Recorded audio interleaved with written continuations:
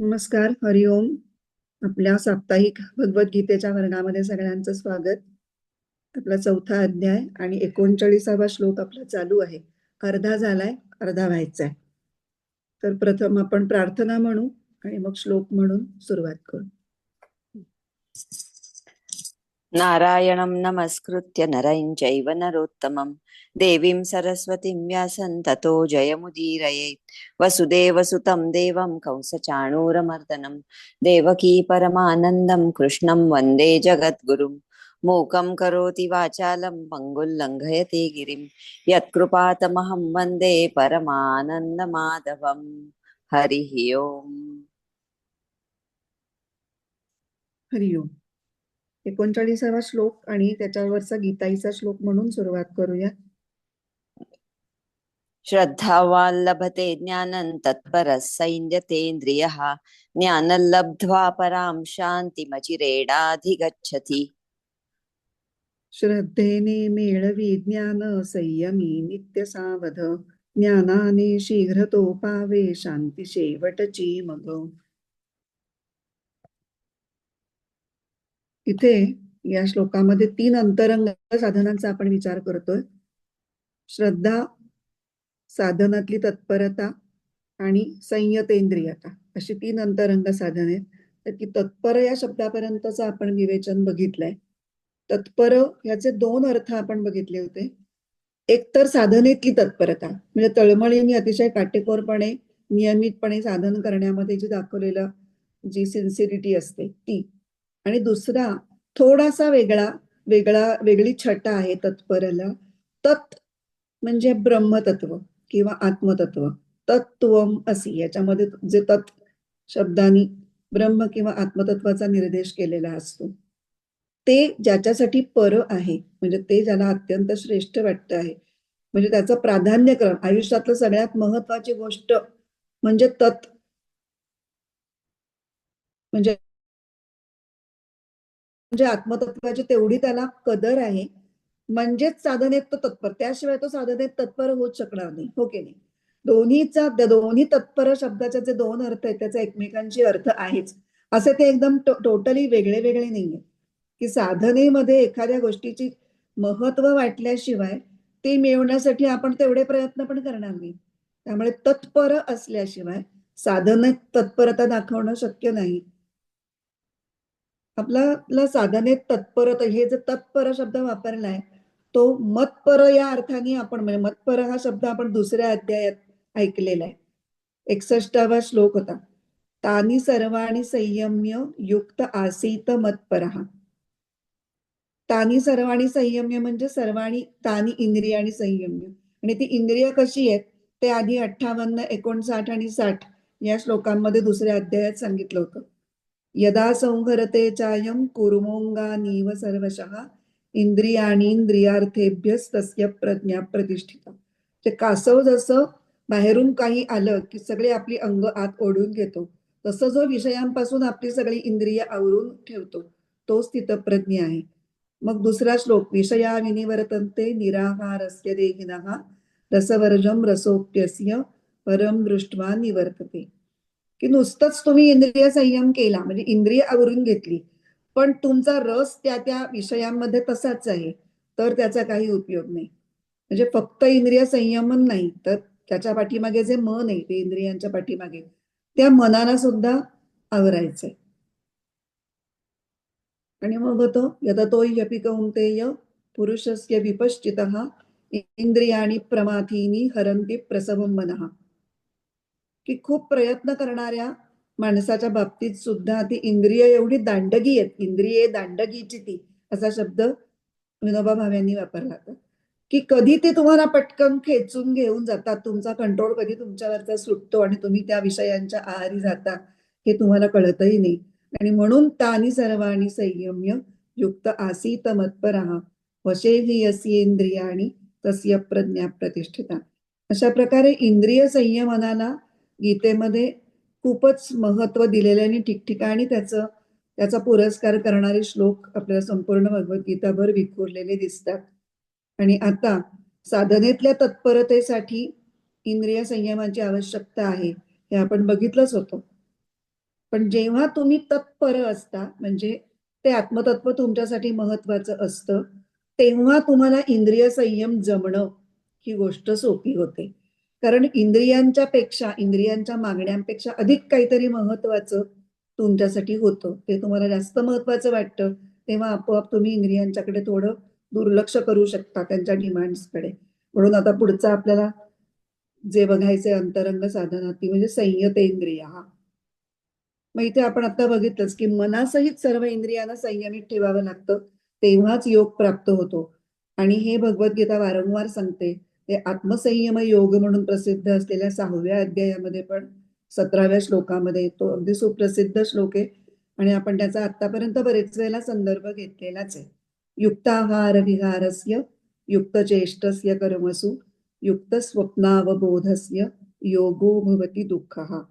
आहार विहार, झोपणं, उठणं, म्हणजे तुम्ही जागे किती वेळ आहात, झोपता किती वेळ, हे सगळंच जेव्हा, आणि तुम्ही काम किती करता, काम करतो मी सारखा कामच करत बसलाय, विश्रांतीच घेत नाही, कुठल्याही अतिरेक टाळायचा आहे आणि सगळ्या गोष्टी बॅलन्स्ड पद्धतीने करायच्या आहेत. समत्वम योग उच्चते, हे पण आपण दुसऱ्या अध्यायात बघितलं होतं. तर या श्लोकावरचाच आपण एक मागे अभंग बघितला होता. नियम पाळावे जरी म्हणशील योगी व्हावे. त्याच अर्थाचा स्वामी स्वरूपानंदांचा एक अभंग आहे, जो जणू काही खास या आता जो आपण श्लोक म्हटला युक्ताहार विहारस्य, त्याच्यावरच भाष्य असल्यासारखं आहे. नको निराहार नको सेवू फार, सदा मिताहार असो द्यावा. नको अति झोप नको जागरण, असावे प्रमाण निद्रे माझी. नको बोलू फार नको धरू मौन, करावे भाषण परिमित. संयमी जीवन बाणता सहज, स्वामी म्हणे तुझ योग सिद्धी. इथे संयतेंद्रियांच्या बद्दल स्वामी स्वरूपानंदांचे विचार आणि 6व्या अध्यायात सांगितलेले युक्ताहार विहार हे अगदी चपखल बसतात. चिन्मयानंद म्हणतात की ज्ञानाच्या दिव्य मार्गाने जायचं जर असेल एखाद्या साधकाला, तर त्याला विषयोपभोगांच्या चिखलामधून बाहेर पडणं ही पहिली गरज आहे. ते अत्यावश्यक आहे. कारण अमर्याद विषय तुम्ही उपभोगत बसाल आणि दिव्य परिपूर्ण ईश्वरी जीवन पण मला हवं असं म्हणाल, तर ह्या दोन्ही अगदी परस्पर विरोधी गोष्टी आहेत. जिथं एक आहे तिथं दुसरं राहू शकत नाही. जिथे आंतरिक प्रसन्नता आणि सखोल शांतता चित्ताची, ह्याचा जो जिथे प्रकाश पसरलाय, तिथे अज्ञानजन्य इंद्रिय वासना आणि पाशवी भूक अशा क्षुल्लक आणि फुटकळ आणि काय सांग उथळ गोष्टी त्याला म्हणू, त्याला काही खोली नाहीये, त्या अशा उथळ गोष्टी ह्या राहूच शकत नाही. त्यांचा अंधकार हा तिथून पळून गेलाच पाहिजे. म्हणून मग साधकांनी काय करायला पाहिजे, तर सतत इंद्रिय संयम पाळून आपली साधना तत्परतेने करायला पाहिजे. अशी ही आपण 3 अंतरंग साधनं बघितली आणि तीनही साधनं ही एकमेकांशी कशी जोडलेली आहेत तेही आपण बघितलं. की तत्परता आणि संयतेंद्रियता असणं ही खरी श्रद्धा असण्याची लक्षणं म्हणून सांगितली. इंद्रियांचा संयम असेल तर साधनेतली तत्परता जमेल, आणि तुम्ही खऱ्या अर्थाने तत्पर असाल तर तुम्हाला साधनेतली तत्परता जमेल. असं सगळं ते एकमेकात सगळं जोडलेलं आहे. आता दुसऱ्या ओळीचं आपल्याला बघायचंय अर्थ. ज्ञानम लब्ध्वा पराम शांतीम अचिरेणाधिगच्छति. ज्ञान प्राप्त झाल्यानंतर परमशांती ही विनाविलंब प्राप्त होते. अचिरेण म्हणजे विनाविलंब, तत्काळ. या विधानाने काय सांगितलंय की परमशांती हा ज्ञानाचा परिणाम आहे. आणि ह्याच्यामध्ये अजूनही एक अर्थ लपलेला आहे, त्याला गर्भितार्थ म्हणतो आपण, लपलेल्या अर्थाला, की ज्याला कधीही ऱ्हास नाही, जी कधीही ढळत नाही, अशी परमशांती हेच जीवनाचं मुख्य ध्येय आहे. सगळ्यांच्याच, कुणाच्याही त्याच्यामध्ये कोणीही अपवाद नाहीये. पण आपण जर बघितलं तर प्रत्येक सजीव प्राणी हा आपल्या जीवनातल्या सगळ्या कर्मांपासून अधिकाधिक सुख मिळवण्यासाठी धडपडत असतो. मग अगदी किडामुंगी सुद्धा, आणि मोठ्यात मोठे डायनोसॉर सारखे किंवा वाघ सिंह सारखे श्वापद सुद्धा, ते ज्या काही क्रिया करतात त्याच्या पाठीमागे सुख मिळवणे हा एकमेव हेतू असतो. आपल्याला अधिक आनंद आणि अधिक समाधान मिळवण्याच्या आपल्या आंतरिक वासनांच्या प्रेरणांमधून आपली सगळी कर्म जन्म घेतात. म्हणजे त्या वासनांचा प्रेरणांचा जोर नसता तर आपल्या हातनं काहीही काम घडलं नसतं. मग ते छोटं असू देत की मोठं असू देत. मग अगदी छोटं काम, पोट भरण्यासाठी अन्न खाणं, जगण्यासाठी श्वास घेणं, जे आपण विशेष विचार पण करत नाही त्या कर्मांचा, ती कर्म सुद्धा आनंदासाठी आणि सुखासाठीच असतात. आणि एकदम भली मोठी म्हणजे जागतिक पातळीवरचं युद्ध किंवा आणखीन काही जागतिक बाजारपेठ बळकावण्यासाठी केलेली कावेबाजपणा, ही जी मोठी कर्म आहेत ती सुद्धा त्याच प्रेरणेमधनं असतात. म्हणून अशा प्रकारे सगळं जग जेव्हा शक्य तितकं श्रेष्ठ सुख मिळवण्याचा प्रयत्न करत आहे आणि ते टिकवण्यासाठी सुद्धा प्रयत्न करत आहे, त्यामुळे जीवनाचं ध्येय काय असलं पाहिजे, परिपूर्ण सुखच असलं पाहिजे. पण ते परिपूर्ण सुख असं की जिथे सगळे संघर्ष संपलेले आहेत, सगळ्या इच्छा पूर्ण झालेल्या आहेत, सगळे विचार आणि विक्षेप हे पूर्णपणे थांबलेले आहेत, अशा वेळेला पूर्ण आनंद प्राप्त होतो. आणि जेव्हा पूर्ण आनंद प्राप्त होतो तेव्हा मनाची अस्वस्थता आणि शरीराचा थकवा हे दोन्हीही नाहीसे होतात. आणि म्हणून पूर्ण आनंद म्हणजेच पूर्ण शांती असं म्हणलं तरी हरकत नाही. आणि ही पूर्ण शांती ही आत्मज्ञानानेच केवळ लागते असं या श्लोकात सांगितलेलं आहे. आता आपण सगळेच जण म्हणजे आपण तत्वज्ञानाचा अभ्यास करत असू, गीतेचा अभ्यास करत असू किंवा नसू, तरीही आपण सगळेजण शाश्वत शांतीच्याच शोधामध्ये आहोत. पृथ्वी तलावर असलेला प्रत्येक जीव हा शाश्वत शांतीच्या शोधात आहे. पण आपण सध्या माणसांपुरेसं आपले विचार तेवढ्याच कक्षेमध्ये ठेवूया. तर आपण जर सतत प्रत्येक जण शाश्वत शांतीच्या शोधामध्ये आहोत, तर मग ती शाश्वत शांती आपल्याला मिळत का नाही? तर ती तर जी वस्तू आपल्या आत आहे ती आपण बाहेर शोधतो. प्रत्येक जीवाच्या आत आहे ती शांती आणि आपण मात्र कशामध्ये शोधतोय? ते बाहेरच्या वस्तूंमध्ये तो आनंद शोधतोय. त्यामुळे तो मिळतो जातो, तो टिकत नाही. हे म्हणजे साखरेनी गोडीसाठी इतर गोड गोष्टींकडे जाऊन मला थोडी गोडी देता का हो, असं म्हणण्यासारखं आहे.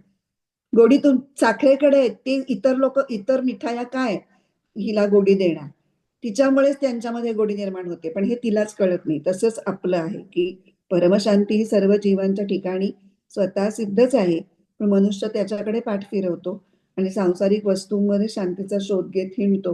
आणि म्हणून जन्मही जन्म अनेक जन्म आपली यात्रा चालू असते शांतीच्या शाश्वत शांतीच्या शोधामध्ये. आपण भटकत असतो आणि तरीही शांती प्राप्त होत नाही. आणि म्हणून तो एक प्रसिद्ध अभंग आहे ना, तुझे असून तुझ पाशी तू जागा चुकलासी, तशी आपली अवस्था आहे. पण जेव्हा आत्मतत्वाचा आपल्याला बोध होतो, खऱ्या अर्थाने तत्वज्ञानाचा अनुभव जेव्हा आपल्याला प्रत्यक्ष येतो किंवा जेव्हा येईल, तेव्हा दुःखरूप संसाराशी आपला कायमचा संबंध तुटेल आणि मग तेव्हा आपल्याला स्वतः सिद्ध अशा परमशांतीचा मग तो मात्र तत्काळ अनुभव येतो. आतापर्यंतची भाषा वेगळी होती. तत्स्वयं योग संसिद्ध कालेनात्मनी विंदती असं सांगितलं. कालेन, आणि तो किती काळ लागेल तो प्रश्नच विचारू नका, फक्त करत राहा करत राहा. पण ज्ञान होता क्षणी तिथे मात्र अचिरेण, विनाविलंब, तत्काळ. आता शब्द बदलले. आता इथे ज्ञानेश्वरी, आता आपलं मुख्य विवेचन संपलंय. आता आपण ज्ञानेश्वरीच्या ओव्या वाचून ज्ञानेश्वरी वरचं पण विवेचन थोडं करावं लागणार आहे, कारण या थोड्याशा सखोल अर्थ असलेल्या ओव्या आहेत. तर ज्ञानेश्वरीच्या ओव्या 186 ते 191. आधी आपण ओवी आणि साधा अर्थ, फक्त शब्दार्थ वाचून घेऊयात.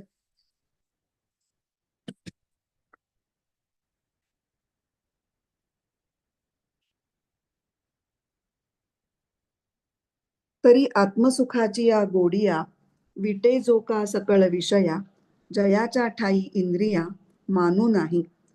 आत्मसुखाची गोडी चाखल्यामुळे जो सर्व विषयांना विटलेला आहे आणि जो इंद्रियांचे लाड करीत नाही, जो मनासी चाड न सांगे, जो प्रकृतीचे केले नेघे, जो श्रद्धेचे संभोगे, सुखिया जागला. ज्याला मनाची भीड पडत नाही आणि जो माईकाला भुलत नाही, तो श्रद्धा बुद्धीच्या संगतीने सुखी झाला आहे. तया तेची गिवसित, ते ज्ञान पावे निश्चित, जया माझी अचुंबित शांती असे. त्यालाच अखंड व निर्दोष शांतीने भरलेले हे ज्ञान निसंशय शोधित येते. ते ज्ञान हृदयी प्रतिष्ठे आणि शांतीचा अंकुर फुटे, मग विस्तार बहु प्रकटे आत्मबोधाचा. ते ज्ञान अंतःकरणात ठसलं आणि शांतीचा उद्भव झाला की मग आत्मबोधाचा प्रचंड विस्तार होतो. मग जेवती वास पाहिजे तेवती शांतीची देखीजे तेथ आप परू नेणीजे निर्धारित. असे झाले म्हणजे ज्या ज्या दिशेला तो पाहतो तिथे तिथे त्याला शांतीच दिसते आणि त्याची आपपर भावना साफ नाहीशी होते. ऐसा हा उत्तरोत्तरू ज्ञानबीजाचा विस्तारू सांगता असे अपारू परी असो आता. असा हा अधिकाधिक होणारा ज्ञानबीजाचा अपरंपार विस्तार किती म्हणून सांगावा, तेव्हा एवढेच पुरे. आता आपण बघूया या ओव्यांचा जरा सखोल अर्थ बघूया.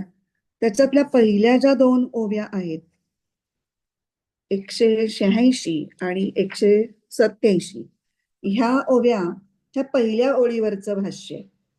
श्रद्धावान लभते ज्ञानम तत्पर संयतेंद्रिय ह्याच्यावरचं भाष्य म्हणजे या 2 ओव्या आहेत. तरी आत्मसुखाची या गोडिया विटे जो का सकळ विषया जयाच्या ठाई इंद्रिया मानू नाही. ज्याला आत्मसुखाची गोडी लागलेली आहे आणि ज्यामुळे विषयांना म्हणजे विषयामध्ये रमण्याच्या प्रवृत्तीलाच जो विटलेला आहे अशा प्रगत साधकाचं श्रद्धेच्या संदर्भात ज्ञानेश्वर महाराजांनी इथे वर्णन केलेलं आहे. मग त्याला तो कसा आहे साधक, त्याला भजन कीर्तनाची गोडी आहे, त्याला पूजनाची अर्चनाची गोडी आहे, त्याला नामाची ध्यानाची गोडी आहे आणि या गोडीचा सगळ्यांचा परिणाम म्हणून तो साधक आहे, तेव्हा तो साधना करतो. ज्या 12 साधना या श्लोकामध्ये आतापर्यंत आपल्याला सांगितल्या त्यातल्या कुठल्या ना कुठल्या पद्धतीने तो सर्व साधना करतो आहे आणि त्याच्यामुळे त्या सगळ्या साधनांचा परिणाम म्हणून मन ते स्वतःच्या आतमध्ये असलेल्या देवाच्या भेटीचं सुख आता त्याला थोडं थोडं सापडायला लागलेलं आहे आणि त्यामुळे त्या आत्मसुखाची गोडी त्याला लागलेली आहे, जी बरोबर पाहता लक्षात येणार नाही, पण अंतरात्म्याला चित्त जेव्हा स्पर्श करू लागतं किंवा त्याच्यामध्ये विलीन होऊ लागतं, काही थोड्या काळासाठी असेल, पण जेव्हा ही गोष्ट घडते तेव्हा जे विश्रांतीचं सुख मिळतं किंवा जे आत्मसुख होतं त्याचं वर्णन ज्ञानेश्वरांनीच एका वेगळ्या ठिकाणी केलेलं आहे. किंबहुना सोये जीव आत्मयाची लाहे तव जे होये तया नाव सुख. म्हणजे या ओवीवरून आपल्या असं लक्षात येतं की हा जो साधक आहे तो प्रगत साधक आहे, तो सूक्ष्म ज्ञानाकडे त्याची वाटचाल होते असा भक्त योगी आहे आणि त्याला अंतरंग अवस्था कळायला लागलेली असल्यामुळे अनुभवायला येऊ लागल्यामुळे तो वेगाने आपल्या आंतरिक अनुभूतींच्याकडे तो जास्त त्याचं तो आकर्षिला जातोय. म्हणजे आत्मसुखाच्या अनुभूतीचे आतले जे रंग आहेत ते आता इतके गडद आणि आकर्षक व्हायला लागले की विषयांच्या सुखाचे जे रंग ज्याच्यात तो रमलेला होता ते आता त्याच्या दृष्टीने फिके वाटायला लागले त्याला आणि त्याच्यामुळे तिथे त्याचं चित्त काही फारसं रमेन असं झालेलं आहे. या अवस्थेला महाराजांनी आत्मसुखाच्या गोडीने तो विषयांच्या गोडीला विटतो आहे असं म्हटलेलं आहे. आता खरं म्हणजे विषयांची गोडी ही आपण सगळेजणच लहानपणापासून चाखत आलेलो असतो, त्यामुळे ती गोडी आपल्या चांगल्या परिचयाची असते. त्यामुळे त्याला जर विटायचं असेल तर त्याच्यापेक्षा अनेक पटींनी जास्त असलेली आत्मसुखाची गोडी जर आपल्याला कळली तरच आपण विषयांना विटू शकतो आणि ती गोडी त्यांनी चाखलेली आहे. म्हणजे हा प्रगत साधक आहे की ज्यांनी आत्मसुखाच्या अनुभवाची गोडी चाखलेली आहे. तो कसा आहे, खऱ्या अर्थाने आत्मपर किंवा ईश्वरपर किंवा या श्लोकाच्या भाषेत सांगायचं झालं तर तत्पर आहे आणि त्यामुळे त्या तत्परतेमुळे इंद्रियांचं योग्य नियमन करण्याचं सामर्थ्य त्या प्रगत साधकाच्या अंगामध्ये आपोआपच विकसित झालेलं आहे आणि म्हणून तो कसा आहे, जयाच्या ठाई इंद्रिया मानू नाही. म्हणजे जो इंद्रियांना काही फार भाव देत नाहीये, इंद्रियांचे लाड करत नाहीये. आपण कसे इंद्रियांना खूप गोंजारतो, नाही नाही मला हेच आवडतं, मग मला असंच लागतं, मग मला असं त्याच्या व्यवस्थित चालतच नाही, अगदी उठल्या उठल्या डोळे उघडले की मला चहा लागतोच लागतो. हे इंद्रियांना गोंजारण आहे. आपण असं कधी म्हणतो की नाही आता मी असं नामसाधना झाल्याशिवाय मी काही चहा बियाचा विचार सुद्धा माझ्या मनात येता कामा नाहीये, असा प्रयत्न सुद्धा आपण फारसा करताना दिसत नाही. आता हे वाचल्यानंतर थोडी उपरती होऊन असं वाटायला पाहिजे की नाही थोडंसं आपण कंट्रोल करूयात की हे नाही झालं तरी काही हरकत नाही, एखाद्या दिवशी मिळालं तर आनंद आहे, पण नाही मिळालं तर त्याच्या वाचून आपल्याला त्रास होता कामा नाही. तर संयतेंद्रिय या पदावरचं हे भाष्य आहे आणि मगाचा जो ओवीचा भाग होता आत्मसुखाची या गोडिया, ते तत्पर म्हणजे श्रेष्ठ तत्वाची ज्याला प्राधान्य आहे अशा अर्थाने तत्परचं भाष्य ते होतं. आता इथे इंद्रियांचा आणि आपला संबंध आणि ईश्वर प्राप्तीसाठी त्यांचं संयमन हा विषय चाललेला आहे बरं का. तर इंद्रिय ही आपलीच आहेत, म्हणजे इंद्रियांच्या वरती आपला राग काढायचा आहे असं नाहीये. इंद्रिय आपली आहेत, आतापर्यंत आपण साधनेसाठी त्यांचा उपयोग केलेला आहे आणि पुढेही करणार आहोत. म्हणजे त्यांचा आपला जो संबंध लहानपणापासूनचा आहे तो पुढे सुद्धा चांगल्या पद्धतीने राहणारच आहे. पण आत्ता आपला फोकस कुठे आहे, तर आत्मदेवावर लक्ष केंद्रित करण्याचं आपलं काम चालू आहे. तेव्हा ते मोठं आणि महत्वाचं काम चालू असताना इंद्रियांनी गडबड करून आपल्याला आपल्या लक्षापासून दूर घेऊन जाऊ नये, ह्याच्यासाठी आपल्याला इंद्रियांच्या वरती संयम पाळायचा आहे. इथे एक माधवानंदांनी खूप छान उदाहरण दिलंय की पूर्वी घरामध्ये काहीतरी अशी मोठं कार्य जेव्हा असेल, समजा कुठलं काही यज्ञयाग असेल किंवा एखादी मोठी पूजा असेल, तर त्यावेळेला इकडून तिकडून अशी लहान मुलं जमतात, मग फॅमिली सगळी एकत्र आली, मग ती उगाच त्यांना त्या त्याच्याशी मोठ्या कार्यक्रमाशी काही घेणं देणं नसतं. ते आपले त्यांचे खेळ सुरू होतात, धावपळ सुरू होते, दंगा धोपा सांडलोट सगळं सुरू होतं. मग मोठी माणसं त्यांना दामटतात. आता इथे महत्वाचं काम चालू आहे, सगळ्यांनी शांत बसायचं, सगळ्यांनी थोडी चूप बसा, देवासारखं बसा, हाताची घडी तोंडावर बोट. हे जसं आपण लहान मुलांना करतो, तर मुलं आपलीच आहेत ना, आपल्या प्रेमाचीच आहेत. पण म्हणून काय आपण आपलीच मुलं आहेत, खेळणारच ती वगैरे, एरवी जे असेल तत्वज्ञान ते त्यावेळेला नाही. आत्ता महत्वाचं काम चालू आहे, आता गप्प बसायचं. तसं आत्मदर्शनाचं सगळ्यात मोठं काम चालू आहे ना, मग इंद्रिय रूपी पोरांनी आता गडबड करायची नाही, आता त्यांनी शांत बसायचं. त्यामुळे त्यांना आता महत्व किंवा मान द्यायची काही गरज नाही, असं सुंदर वर्णन ज्ञानेश्वर महाराजांनी या ओवीत केलेलं आहे.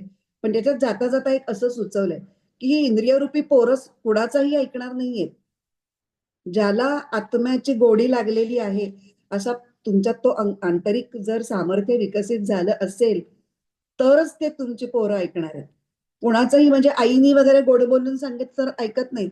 मग बाबांना सांगीन किंवा आजोबांना सांगीन मग ते तुम्हाला रागवतील असं काहीतरी सांगितलं की मग ते गप्प बसतात. तेव्हा धाक दाखवण्याचा असेल तर तो धाक दाखवायचंही सामर्थ्य आपल्या अंतरंगामध्ये जेव्हा विकसित होईल तेव्हा तो इंद्रिय संयम आपल्याला साधेल, असं त्या ओवीत सांगायचं. तर पुढे 187वी ओवी. जो मनासी चाड न सांगे, जो प्रकृतीचे केले नेघे, जो श्रद्धेचे संभोगे, सुखिया जागला. जो मनासी चाड न सांगे. आता चाड हा शब्द एकदम वेगळाच आहे, पण आपण वापरतो तो. त्या चाड या शब्दामध्ये अनेक अर्थाच्या किंवा भावांच्या छटा एकत्र आलेल्या आहेत. कुठल्या कुठल्या, तर एखाद्या गोष्टीबाबत आपल्याला विशेष जिव्हाळा किंवा आपुलकी असणं, त्याच्याबद्दल प्रेम असणं, त्याचं महत्व वाटणं किंवा त्याच्या सुरक्षिततेची काळजी वाटणं आणि त्या काळजीतून आपण त्या गोष्टीविषयी अधिक सावधपणे ती वस्तू हाताळणं, असं जे काही असतं ते सगळं एकत्र आलं की मग चाड हा शब्द तयार होतो. आपण कुठे वापरतो तो? आई बापांची चाड असणं किंवा नात्यांची चाड असणं किंवा नीतिमत्तेची चाड असणं, अशा अर्थाने तो आपण शब्द वापरतो. आता इथे कशाची चाड आहे, तर आत्मज्ञानाची. म्हणजे आत्मज्ञानाचे विशेष महत्व वाटतंय ज्याला, त्याला आत्मज्ञानाची चाड आहे. मग नुसतं आत्मज्ञानाची चाड असून चालेल का? आत्मज्ञान कशातून येतं, तर योगस्थितीमधून येतं. म्हणून ज्या योगस्थितीमधून आत्मज्ञान प्रकट होतं त्या योगस्थितीची पण चाड पाहिजे. मग योगस्थिती कशातून साकारते, तर काटेकोरपणे केलेल्या साधनेमधून साकारते. ही साधना काटेकोरपणे कशामुळे होते, तर संयमित केलेल्या इंद्रियांच्यामुळे होते. तेव्हा या सगळ्या गोष्टींची चाड असली तर त्या आत्मज्ञानाची चाड असल्यासारखं आहे. पण मनाला हे संयमन आवडत नाही, म्हणून मन हे हट्टी आणि त्रासदायक आणि ओढून नेणारं असं आहे. त्यामुळे मनाला जर आपण सांगितलं तर ते म्हणेल की कशाला हवंय ते ज्ञान, आपण काहीतरी मज्जा करूयात ना त्याच्यापेक्षा, काही नको ज्ञान देईन. त्यामुळे मनाला ते सांगण्यात काही अर्थ नाहीये. मग कुणाची मदत घ्यायची? बुद्धीतल्या विवेकाची. कारण बुद्धी ही तिथे योग्य गोष्ट आहे जिची आपण मदत घेऊ शकतो, कारण विवेक हा बुद्धीचा गुण आहे. आणि मग बुद्धीतल्या विवेकाने आपल्याला जे काही आतापर्यंत योगाचं महात्म्य पटलेलं आहे, साधनेचं इंद्रिय संयमनाचं महात्म्य पटलेलं आहे, म्हणजे जी चाड आपल्याला कळलेली आहे ती चाड आपण विवेकाला सांगावी. विवेक ती आपल्याला धरून ठेवायला मदत करेल आणि मग आपण योग्य कृती करणं, अयोग्य कृती टाळणं हे सगळं जमण्यासाठी आपल्याला विवेक मदत करेल. आणि ही चाड फक्त त्यालाच कळते, मनाला कळणारही नाही आणि सांगितली तर एखाद वेळेस तो त्याचा अनादर पण करेल. म्हणून मनासी चाड न सांगे, म्हणजे मनाच्या आहारी न जाणे. थोडक्यात मन आणि बुद्धी याच्यामध्ये कायम बुद्धी आपल्याला बऱ्यापैकी गाईड करत असते, पण आपण मनाच्या आहारी जाऊन तिने जे योग्य सल्ले किंवा जे ती इशारे देत असते त्याच्याकडे आपण बरेच वेळेला सोयीस्करपणे दुर्लक्ष करतो की राहू दे, आता नाही, मी आता हेच करते. तर ते नाही, ते आता विवेक बुद्धी ते सांगते ते आता ऐकायचंय. म्हणजे मनासी चाड न सांगे, जो प्रकृतीचे केले ने घे म्हणजे न घे. आता प्रकृतीचे केले म्हणजे काय? जे प्रकृतीने केलेलं आहे ते म्हणजे प्रकृतीचं कार्य. मग प्रकृतीचं कार्य काय आहे? हे संपूर्ण विश्व हे प्रकृतीचं कार्य आहे. आपलं शरीर हे सुद्धा प्रकृतीचं कार्य आहे. तर आपलं शरीर आणि प्रकृतीचं कार्य म्हणजे आपलं शरीर हेही प्रकृतीचंच कार्य आहे आणि विश्व हेही प्रकृतीचंच कार्य आहे. तर ह्याच्यामधले सतत संबंध येत असतो. आपल्या सृष्टीशी संबंध येतच असतो. तर त्याच्यामधून निर्माण होणारं प्रकृतीच्या पातळीवरचे जे काही भावभावना आहेत, आनंद, सुख, दुःख, कर्तेपणाचा अहंकार, इतरांच्याकडनं अपेक्षा, अमुक अमुक वस्तू मला मिळाली पाहिजे, मिळालीच पाहिजे, अशी उपभोगाची आसक्ती, ह्या सगळ्या गोष्टींना खरं मानणं आणि हे माझं आहे, ते माझं आहे, ते मला हवं, असं माझेपणानं ते सगळं स्वतःकडे ओढून घेणं आणि त्या सगळ्याला आपल्या शरीराच्या बाबतीत आणि इतर जगात चाललेल्या सगळ्या गोष्टी या शाश्वत आणि त्याच खऱ्या आहेत असं त्यांना समजणं, त्यांनाच जीवनाचा परम अर्थ म्हणून आवडीने घेणं म्हणजे प्रकृतीचे केले घेणे. आणि तेच प्रकृतीचे केले न घे म्हणजे काय? तर मी प्रकृतीपासून अलिप्त असं चैतन्य स्वरूप तत्व आहे. हे सगळं त्रिगुणांचा खेळ चालू आहे. गुणागुणेषु वर्तन्ते इति मत्वान सज्जते. हा सगळ्या गुणांमध्ये चाललेला खेळ आहे. याचं भान जर राहिलं तर तुम्ही प्रकृतीपासून अलिप्त राहून त्याच्यामध्ये कशामध्येच आसक्त तुम्ही होणार नाही किंवा त्या सगळ्या खेळाला खेळ समजाल, खरं नाही समजणार. आपला प्रॉब्लेम कुठे असतो की मला एखाद्याने माझा अपमान केला, तो मला अपमान एवढा जिव्हारी का सुनतो? कारण तो मी खराच समजते. माझ्या शरीर मन बुद्धीशी ज्या गोष्टींचा इफेक्ट होतो त्या शरीर मन बुद्धीला मी इतकं खरं मानते की त्याला आघात करणारी प्रत्येक गोष्ट किंवा त्याला सुखवणारी प्रत्येक गोष्ट ही मी खरीच मानते. म्हणजे मी प्रकृतीचे केले घेते आणि हे उलट करायला सांगितलंय. ते प्रकृतीच्या पायीच वाहून स्वतःला मोकळं ठेवा. म्हणून तुकाराम महाराज काय म्हणतात? तुका म्हणे घालू तयावरी भार, वाहू हा संसार देवापायी. म्हणजे संतांनी जे भक्तीचा मार्ग सांगितलाय तोही प्रकृतीचे केले न घेण्यासाठीच आहे. तो तिथे सोयीचा, ज्याला जसा मार्ग सापडेल. जर ज्ञानमार्ग तुम्हाला सोयीचा वाटत असेल तुम्ही ज्ञानमार्गाने जा, कर्ममार्ग वाटत असेल तर कर्ममार्गाने, पण प्रकृतीचे केले घेऊ नका.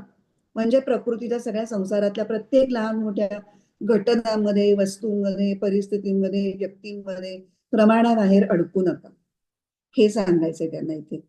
जे प्रकृतीचे केले न घे याच्यामधून. पुढे जो श्रद्धेचे नि संभोगे सुखिया जाहला. इथे संभोगे याचा अर्थ संयोगे असा सुद्धा घेतला तर जास्त उपयोगाचा आहे. आता भोग या शब्दाचे निरनिराळे अर्थ आहेत की खाणं हा एक अर्थ आहे, वस्तूंचा वापर करणं, उपभोग घेणं असा जसा अर्थ आहे तसाच अजून एक अर्थ आहे अंमल करणं किंवा राज्य करणं. आणि तो आपण जर इथे घेतला तर आपल्याला अर्थाच्या दृष्टीने सोयीचं पडतं. मग इथे काय होईल? तो अर्थ घेतला तर श्रद्धेचा संभोग म्हणजे श्रद्धा भावनेचा चित्तावर अंमल असणं. आणि जेव्हा म्हणजे श्रद्धेने तुमचं मन व्यापलेलं असणं, श्रद्धापूर्ण अंतःकरण असणं. असं अंतःकरण असल्यामुळे काय होतं? तर साधना मार्गाची निश्चिती आणि पोहोचण्याची निश्चिती म्हणजे आत्मतत्वापर्यंत पोहोचण्याची निश्चिती मनामध्ये असते. कारण तुमची श्रद्धा आहे कुणावर? गुरूंवर, गुरूंनी सांगितलेल्या साधना प्रक्रियेवर, गुरूंनी सांगितलेल्या ज्ञानविचारावर, किंवा जर तुम्ही ग्रंथांना गुरु मानलं असेल तर ते शास्त्रीय ग्रंथांमध्ये जे सांगितलेलं आहे त्याच्यावर तुमची श्रद्धा असेल तर तुमच्या मनामध्ये मार्ग आपला बरोबर आहे ही निश्चिती आहे आणि या मार्गाने आपण तिथे पोहोचूच ही पण निश्चिती आहे. मग ही निश्चिती असल्यामुळे तर या याच्यामध्ये म्हटलंय की नाही, जो श्रद्धेचे संभोगे सुखी या झाला. कुठल्या कुठल्या प्रकारची सुख या श्रद्धेमुळे आपल्याला मिळतात, तर आपल्याला प्रवासाचं सुख मिळतं. प्रवास म्हणजे ही जी आपली यात्रा सुरू आहे, आत्मतत्वापर्यंत पोहोचण्याचा जी आपला प्रवास सुरू आहे, त्या प्रवासाचं सुख मिळतं. कारण आपल्या मनात धाकधूक नाहीये, मी पोचीन का नाही, मी चुकीच्या मार्गावर तर नाही ना, पुढे येणार आहे पुढच्या ह्याच्यात संशयात्मा, संशय नाहीये, खात्री आहे श्रद्धेमुळे की हो बरोबर मार्गावरनं चाललोय मी आणि मी एक ना एक दिवस पोहोचणारच आहे. त्यामुळे आपण प्रवासाचं सुख घेऊ शकतो. त्याचबरोबर आपल्याला कुठे पोचायचंय, देवापर्यंत पोचायचंय, तर त्या देवापर्यंत पोचण्याच्या प्रवासामध्ये गुरु रूपात तो देव आपल्याला भेटलेला आहे आणि त्याच्या सान्निध्याचं सुख सुद्धा आपल्याला मिळतं. प्रवास योग्य दिशेला चाललेलं असण्याचं सुख, प्रवासामध्ये वेगवेगळे टप्पे आपल्याला माहिती आहेत, आधीच माहिती आहेत आपल्याला, गुरुंनी सांगितलेत ते. त्या वेगवेगळे टप्पे गाठण्यामधलं आपल्याला सुख आहे, ते टप्पे ओलांडून आपण पुढे जातोय ह्याचं सुद्धा सुख आहे आणि मुक्काम दिसायला लागल्याचं आणि मुक्कामावर पोचल्याचं, अशा सगळ्या सुखांनी ही आपली सुखद यात्रा श्रद्धेच्यामुळे चालू आहे. पण फक्त श्रद्धेच्यामुळे नाही. पुन्हा इथे माधवानंद तुम्हाला सांगतात की मुक्कामाचा प्रत्यक्ष योग येईपर्यंतच हे सगळं सुख हे श्रद्धेच्या संयोगे आणि साधनेमधूनही. नुसतीच श्रद्धा आहे आणि साधना नाही केली तर चालणार नाही. मग कसं आहे की तुम्ही लांबूनच देवाचा कळस देवळाचा कळस बघितला आणि इथूनच नमस्कार जोडले, तर तुम्हाला समाधान मिळेल का? मिळेल, थोड्या प्रमाणात मिळेल. मग ते फक्त श्रद्धा आहे, साधना जर केली नाही तर ते समाधान तसं आहे की लांबून देवळाचा कळस बघूनच मी समाधान मानलं की मला त्या गर्दीत जाणं शक्य नाहीये किंवा कुठल्याही कारणासाठी मी देवापर्यंत पोहोचू शकत नाही, तर ती एक सोय म्हणून मी कळसाच्या दर्शनाने देवाचं दर्शन झालं असं समजते. पण जेव्हा साधना असते तेव्हा तुम्ही जणू काही प्रत्यक्ष दर्शन घ्यायला देवळापर्यंत जाता, गाभाऱ्यामध्ये प्रवेश करता, त्याच्या गाभाऱ्यात शिरून आत्मदेवाचं दर्शन घेण्यासाठी सद्गुरूंचा मागोवा घ्यावा. सद्गुरू ज्या मार्गाने गेले त्या मार्गाने तुम्हाला चालावं लागतं. श्रद्धेचा हात धरलेला असतो, पण आपल्या साधनेच्याच पायांनी चालावं लागतं. हे पुन्हा पुन्हा आपल्याला माधवानंद ठसवतायत की हे फक्त श्रद्धेने होणार नाहीये, तुम्हाला तुमची साधना ही तुमचीच करायची आहे.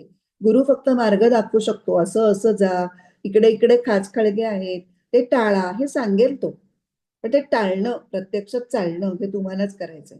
जोपर्यंत तत्वदर्शन होत नाही तोपर्यंत शास्त्र आणि गुरु यांनी सांगितलेल्या जे काही ज्ञानाचं स्वरूप आहे ते आपण गृहीत धरलेलं आहे, साधनेचा मार्ग त्यांच्यावरच्या श्रद्धेने आपण चाललेला आहे. तत्वदर्शनाकडून ज्ञानाकडे जाणं हा अंतिम टप्पा आहे. मग श्रद्धा असली की झालं, प्रवासाची आवश्यकता नाही असं जर कुणी म्हणेल तर तसं नाही. कारण श्रद्धेने ज्ञान प्राप्त होत नाही हे ज्ञानेश्वर महाराजांनी याही ओवीत वेगळ्या प्रकारे सांगितले. कसं सांगितलंय त्यांनी, जो श्रद्धेचे संभोगे सुखी या झाला, ज्ञानी या झाला असं म्हटलं असतं ना त्यांनी, अदरवाईज तसं म्हटलेलं नाहीये. तुम्हाला सुख मिळेल, पण ज्ञान व्हायचं असेल तर श्रद्धेबरोबरच श्रद्धेने केलेल्या वाटचालीला अधिक महत्व आहे. त्यामुळे श्रद्धा, तत्परता आणि संयतेंद्रियता म्हणजे ह्या ज्या 3 अंतरंग साधनं आपल्याला सांगितली त्या सगळ्यांचा उद्देश हा साधना अधिक सखोल होणं हाच आहे. आणि हे जर आपण सगळं बघितलं तर गुरुदेव रानड्यांचं जे एक वाक्य आहे ते म्हणतात की ज्ञान ही एक घटना नाहीये, तर ती एक प्रक्रिया आहे. घटना ही एका क्षणात घडते आणि संपते, पण प्रक्रिया अनेक काळपर्यंत चालू राहते. हे वाक्य आपल्याला त्याच्यातून पटतं आणि त्यांना नेमकं काय म्हणायचंय ते सुद्धा आपल्याला आता इतक्या विवेचनानंतर कळलेलं असतं.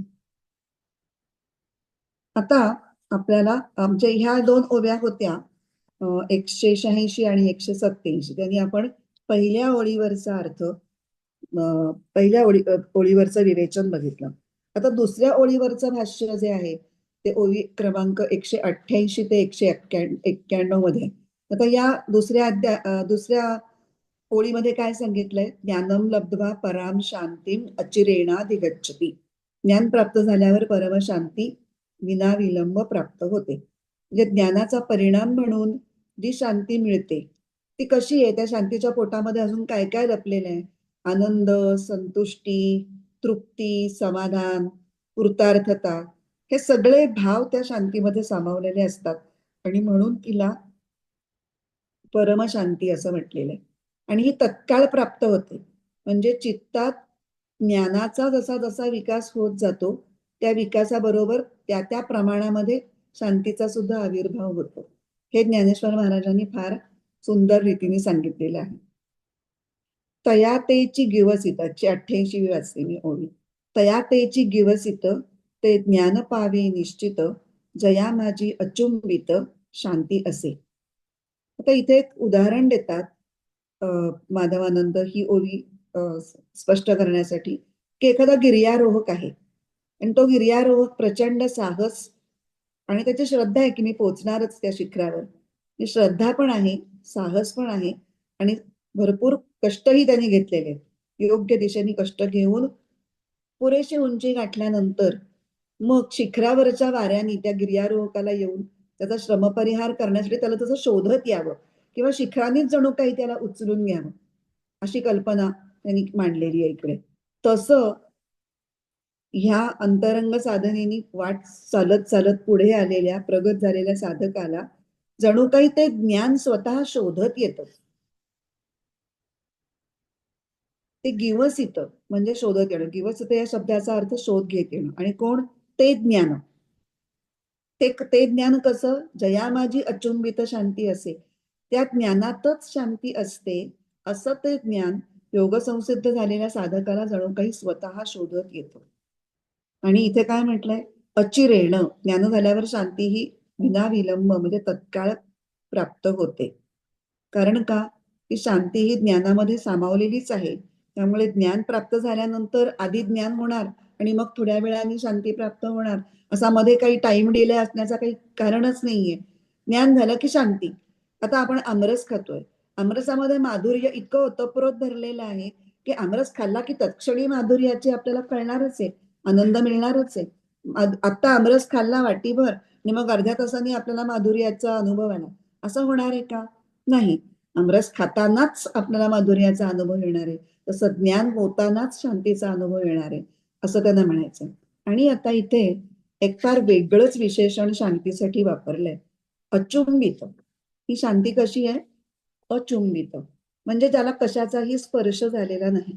आता कशाचा स्पर्श म्हणायचा आहे त्याच्यासाठी थोडे इतर गोष्टी बघूया, की ही परमशांतीबद्दल आपण बोलतोय, पण आपल्याला जीवनामध्ये इतर वेळेला थोडी थोडी शांती अधूनमधून मिळत असते. ती शांती वेगवेगळ्या प्रकारची असते. की एखादी आपली कामना पूर्ती झाली, एखादी इच्छा आहे आणि ती इच्छा पूर्ण झाली तर आपल्याला काही काळाकरता शांती मिळते. पण मग त्या शांतीला त्या इच्छापूर्तीचा स्पर्श असतो आणि ती शांती आहे एक तर काही थोडाच काळ टिकते, त्यामुळे ती शांतीचा आभास निर्माण होतो. ती शाश्वत शांती नसते, तर ती टिकत नाही. अशाच प्रकारे वेगवेगळ्या इच्छा, आकांक्षा, सुप्त इच्छांना आपण वासना म्हणतो, कामना, कल्पना, भावना, ह्यातल्या कशामुळे तरी जेव्हा त्या गोष्टी पूर्ण होतात, त्या पूर्ण झाल्यानंतर ती वृत्ती निघून जाते आणि शांती असतेच, ती फक्त दिसते. कारण आपण म्हटलंय शांती ही कुठे बाहेर शोधण्याची गोष्टच नाही, ती आतच असते. त्याच्यावर इच्छांचं आवरण आलंय, कधी कुठल्या भावनांचं झाकोळ आहे. पण दुःखाचं झाकोळ, दुःखामुळे झाकोळली गेलेली आहे शांती. ते दुःखाचं आवरण दूर झालं, दुःखाच्या वृत्ती दूर झाल्या की शांती आपल्याला जाणवते. ती असतेच पण ती जाणवते. तर अशी एक शांतीच्या वेगळ्या वेगळ्या या गोष्टी असतात. किंवा काही वेळेला शांती ही परिस्थितीजन्य असते असं म्हणू, की एखाद्याला आपलं घर अगदी रस्त्यावर आहे आणि बाहेरनं मोठा बँड बाजा चाललाय, वरात चाललीय, गोंगाट चाललाय, तो शांत झाला, ती वरात पुढे निघून गेली की मग आपल्याला शांत वाटतं. किंवा गडबड करणारी मुलं आता झोपली आहेत, मग आपल्याला शांत वाटतं. ही जी शांती आहे ती शांतीचेच वेगळे वेगळे रूप आहेत. फक्त त्या टिकाऊ नाहीयेत, त्या दुसऱ्या कशावर तरी बाहेरच्या गोष्टींवर अवलंबून असलेल्या शांती आहेत. आणि अर्थातच ती शांती ही येणारी जाणारी शाश्वत न टिकणारी आहे. आणि त्या शांती खूप सखोलही नसतात, त्या बरोबरच्याच असतात. ह्या ज्या सगळ्या शांतींचे प्रकार आहेत त्यांना चुंबित शांती असं म्हणायचं. कारण त्या सगळ्या शांतीला ऐहिक कारणांचा स्पर्श झालेला आहे. आणि ही शांती जी आहे ती कुठल्याही कारणावर, बाहेरच्या कुठल्याही गोष्टीवर अवलंबून नसलेली, ते जिला ऐहिक कारणांचा स्पर्श नाही अशी ज्ञानाचंच अंगभूत असलेली शांती, तिला ज्ञानेश्वर महाराज म्हणतात अचुंबित शांती. आणि हीच आपल्या श्लोकात सांगितलेली पराशांती किंवा श्रेष्ठ शांती. पुढची ओवी. ते ज्ञान हृदयी प्रतिष्ठे आणि शांतीचा अंकुर फुटे, मग विस्तार बहु प्रकटे आत्मबोधाचा.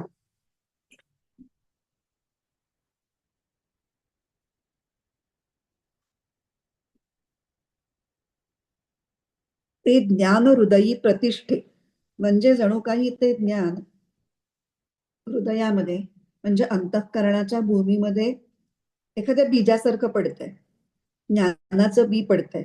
आणि मग तिथे ते रुजून प्रतिष्ठित होतंय, चांगल्या प्रकारे तिथे त्याची स्थापना होते. मग हे बीज कुठलं? तर गुरूंनी दिलेल्या ज्ञानाचं उपदेश, ज्ञानाचा जो उपदेश केलेला आहे की नाही, ज्ञानाचं स्वरूप असं असं आहे, ते ते बीज. आणि साधनेनी मशागत केलेली अंतःकरणाची भूमी, त्याच्यामध्ये ते रुजणार. मग हे बी जसं रुजतं तसं मग पुढे काय होतं, ते फुगतं आणि मग अंकुर येण्याच्या स्थितीमध्ये येतं. तेव्हा ते शांतीने ओतप्रोत भरलेलं असतं. त्यामुळे त्याला जो अंकुर फुटतो तो सुद्धा शांतीचाच असतो. आता इथे शांतीचा अंकुर ही जी कल्पना आहे ना, ती खूप विलक्षण अर्थाचं सौंदर्य त्याच्यामध्ये आहे. ते अशासाठी की अंकुर हे जिवंतपणाचं लक्षण आहे. अंकुर जिवंत असतो. तशी ती शांती कशी आहे? ती चैतन्यमय शांती आहे. ती स्तब्धता नाहीये. काहीच न करण्यामुळे निर्माण झालेली ती शांती नाहीये. स्तब्धतेमध्ये सुद्धा शांती असते, पण इथे तशी शांती अभिप्रेत नाहीये. आणि ती शांती म्हणजे तो अंकुर, हा बीजच अंकुराच्या रूपाने प्रकट होत असतं, तसं ते ज्ञानच अंकुराच्या रूपाने प्रकट होत आहे. आणि जसा जसा बीजाचा विस्तार होत जातो तसतशी ती प्रकट होते. मग विस्तार बहु प्रकटे आत्मबोधाचा. आता इथं विस्तार हा ज्ञानाचा आहे, शांतीचा नाही, हे पहिलं लक्षात घ्यायला पाहिजे. आत्मबोधाचा विस्तार आहे. आत्मबोध म्हणजे काय? की माझं शुद्ध स्वरूप, आत्मस्वरूप किंवा चैतन्य स्वरूप याचं मला ज्ञान होणं, हा आत्मबोध. आता याचा विस्तार म्हणजे काय ते जरा बघायला पाहिजे. मी चैतन्य स्वरूप आहे आणि त्यामुळे मला जो मी आहे अशी जे काही स्फुरण आहे ते माझ्यातल्या चैतन्यामुळे आहे. हे जसं मला कळलं तसंच इतर शरीरांमध्ये जे मीच स्फुरण आहे ते सुद्धा त्याच चैतन्यामुळे आहे हे कळणं.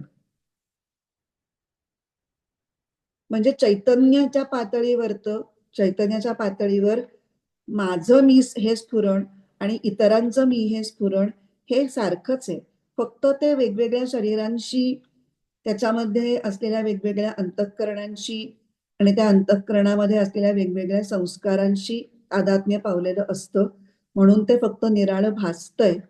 पण दुसऱ्याचा मी आणि माझा मी या एकाच चैतन्याच्या अभिव्यक्ती असतात. आणि हा दुसरा म्हणजे फक्त माणूसच नाही, विश्वातली प्रत्येक सजीव गोष्ट, माणसांचं मी, पशुपक्ष्यांचं मी, झाडाझुडपांचं मी, हे सगळं मूळ चैतन्याच्या बोधातून जर पाहिलं तर ते एकच आहे. म्हणजे थोडक्यात आपण मागे पुष्कळ वेळेला बघितलंय, सर्वं खलविदं ब्रह्म हे जाणवणं. फक्त अहम ब्रह्मास्मी ही सुरुवात आहे. इथे आत्मबोधाला सुरुवात आहे. आणि आत्मबोधाचा विस्तार झाला की सर्वं खलविदं ब्रह्म या जाणीवेपर्यंत तुम्ही पोचता. आपण उपदेश सारामध्ये जेव्हा बघितलं होतं तेव्हा व्यष्टी मी, व्यष्टी अहम हा विस्तार पावत पावत समष्टी अहमशी तदाकार होतो. ह्या सगळ्या प्रोसेसचं वर्णन आपण बघितलं होतं. तेच इथे म्हणायचं आहे की एकच चैतन्यमय मी हा विश्व व्यापून आहे अशी जाणीव पूर्णपणे होणं आणि ती टिकून राहणं म्हणजे आत्मबोधाचा विस्तार. मग जेऊ ती वास पाहिजे तेऊ ती शांतीची देखीजे, तेथ आपपरू नेणीजे निर्धारिता. 190वी ओवी. वास पाहिजे म्हणजे दृष्टी जिकडे जाईल तिकडे, म्हणजे जिकडे चित्ताचं अवधान जाईल तिकडे. आत्मबोधाच्या विस्ताराचंच हे वर्णन आहे. दृष्टी जाणं, अवधान जाणं किंवा चिंतन होणं, स्फुरण होणं, ह्याच्याद्वारे काय सांगायचंय की ती विश्वातली जी गोष्ट चित्ताला दृश्य होते, चित्ताला दिसते, त्या सर्वांमध्ये म्हणजे केवळ माणसंच नव्हे, सर्व सजीव त्याचप्रमाणे निर्जीव सुद्धा, चर अचर या सगळ्या ठिकाणी एकाच परमतत्वाचा वास आहे. जेऊती वास पाहिजे तेऊती शांतीची देखीजे.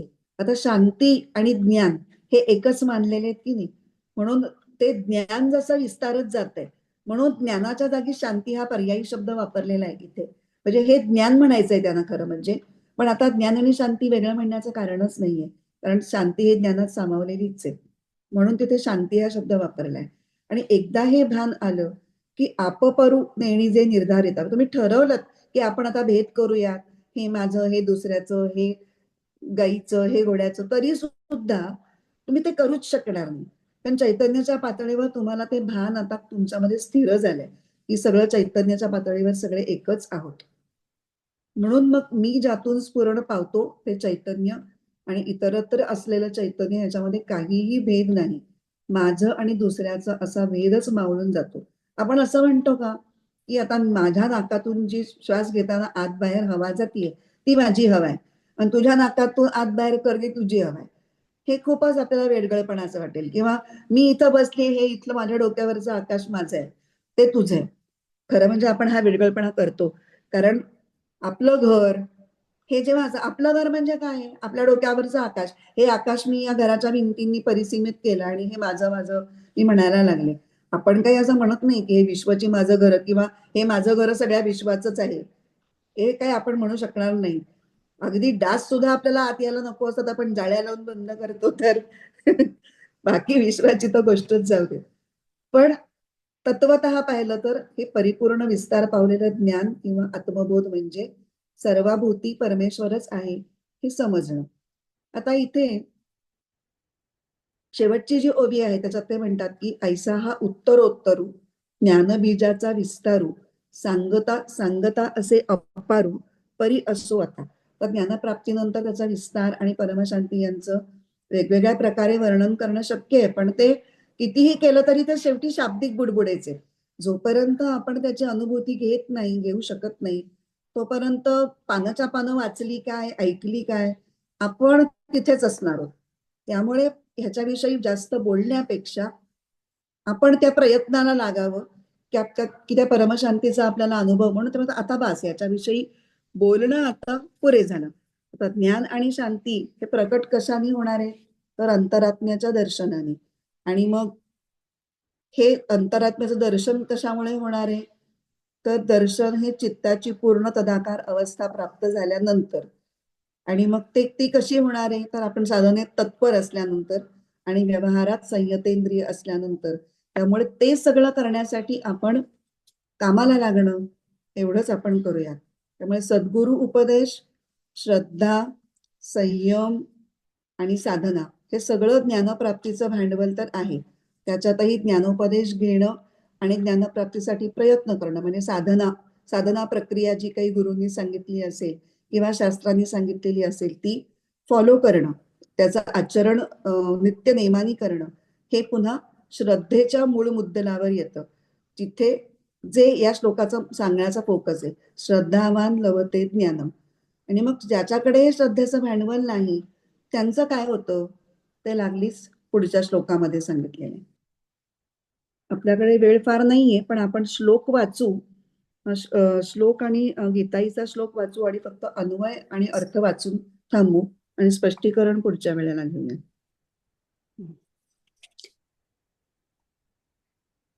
अज्ञश्च श्रद्धधानश्च संशयात्मा विनश्यति नायल्लोकोऽस्ति न परो न सुखं संशयात्मनः. नसे ज्ञान नसे श्रद्धा संशयी नासला पुरा नहा लोक न तो लोक न पावे सुख संशयी. ही संशयात्मा विनश्यती ही जी टर्म आहे ती आपण पुष्कळ वेळेला वापरतो आणि त्याचा आपण अनुभव पण घेतो. अज्ञाच अश्रद्धधानः च संशयात्मा विनश्यति न अयम लोकः अस्ति न परः न सुखम संशयात्मनः. अज्ञः च अश्रद्धधानः च संशयात्मा. अज्ञानी, अश्रद्ध आणि संशययुक्त अंतःकरणाचा माणूस विनश्यती, विनाश पावतो. संशयात्मनः अयम लोकः न अस्ति. संशयात्म्याला हा लोक मिळत नाही. न परहा, परलोकही मिळत नाही. न सुखम, आणि खरं सुख तर नाहीच नाही. या अर्थाचा आपण 34 कुठला तरी एक श्लोक याच्या आधी साधनाहीन मनुष्याला हा लोक नाही तर अयज्ञस्य, अयज्ञ माणसाला जर हा लोक नाही तर परलोक कुठून मिळणार, अशा अर्थाचा आपण श्लोक वाचला होता. त्याचा मला आता क्रमांक आठवत नाहीये. त्याच्याशीच ही जी दुसरी ओळ ही आपल्याला त्याची आठवण करून देणारी आहे. न अयम लोकोस्ति न परो न सुखम संशयात्मनः. तेव्हा आता संशय हा बरोबर श्रद्धेच्या विरुद्ध गुण आहे. त्यामुळे जे 39व्या श्लोकामध्ये सांगितलं त्याच्या बरोबर विरुद्ध परिस्थितीचं वर्णन हे या 40व्या श्लोकामध्ये आता करणार आहे. ते तितकंच इंटरेस्टिंग आहे. म्हणजे काय करा हे सांगितल्यानंतर काय करू नका हे पण लागलीच 40व्या श्लोकामध्ये स्पष्ट करण्यात आलेलं आहे. की संशय घेऊ नका किंवा संशयी राहू नका. आपण पुढच्या वेळेला बघूयात ते शांतपणे.